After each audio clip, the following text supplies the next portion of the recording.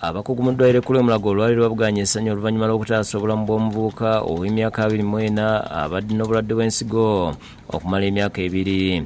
Ekisinze okusanyusa abasawo bano kye kyeyagabye ensigo neeyaweereddwa bonna obutafa ne basigala mu mbeera ennungi. So our donor has actually, after coming out of theatre, not had any severe complications related to his operation.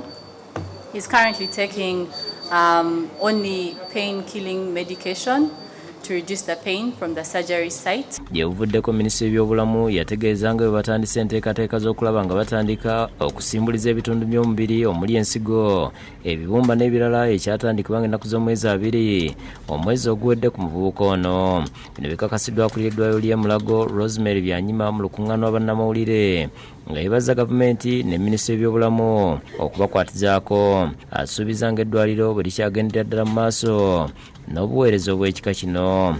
So we could even operate 2 patients in a day or more if we have set up ourselves and we have the human resource for post-operative care.